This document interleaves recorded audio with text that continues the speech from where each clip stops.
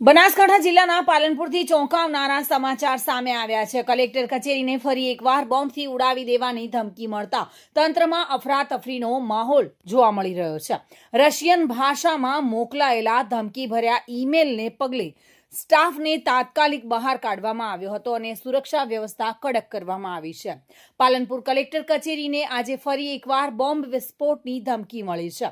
અજાણ્યા શખ્સ દ્વારા રશિયન ભાષામાં મોકલાયેલા ઈમેલમાં કચેરીને ઉડાવી દેવાની ચેતવણી આપવામાં આવી હતી। ધમકી મળતાની સાથે જ સમગ્ર કચેરી ખાલી કરાવવામાં આવી હતી અને સ્ટાફને બહાર મોકલી દેવામાં આવ્યો હતો।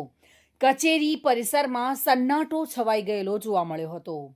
ઉલ્લેખનીય છે કે આશરે 20 દિવસ અગાઉ પણ આવી જ રીતે ધમકી મળી હતી। હાલ પોલીસ, બોમ્બ સ્ક્વોડ અને સુરક્ષા એજન્સીઓ દ્વારા તપાસ હાથ ધરવામાં આવી રહી છે। તંત્ર દ્વારા સમગ્ર મામલે ગંભીરતા દાખવી તમામ સુરક્ષા વ્યવસ્થા મજબૂત કરવામાં આવી છે।